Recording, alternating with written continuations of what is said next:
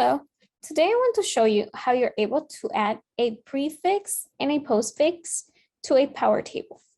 So for this example, I have a table where I'm pulling different accounts and I'm including their annual revenue.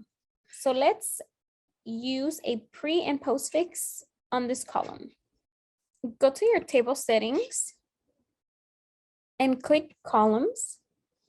Let's go to the column to which we want to add a prefix and click on the settings wheel. So now if we scroll down, we see the option to add a prefix. So let's say I want to clarify that the amounts are in US dollars. So let's go ahead and save and preview.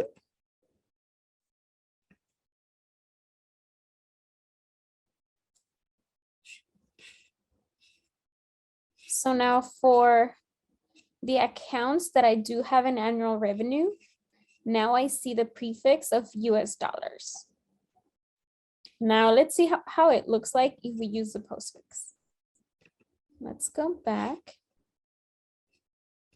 The settings wheel. Let's get rid of that and let's add it under postfix.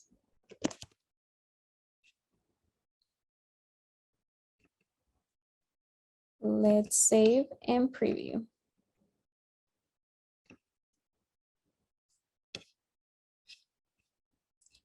So now we are able to see it at the end of our annual revenue amount.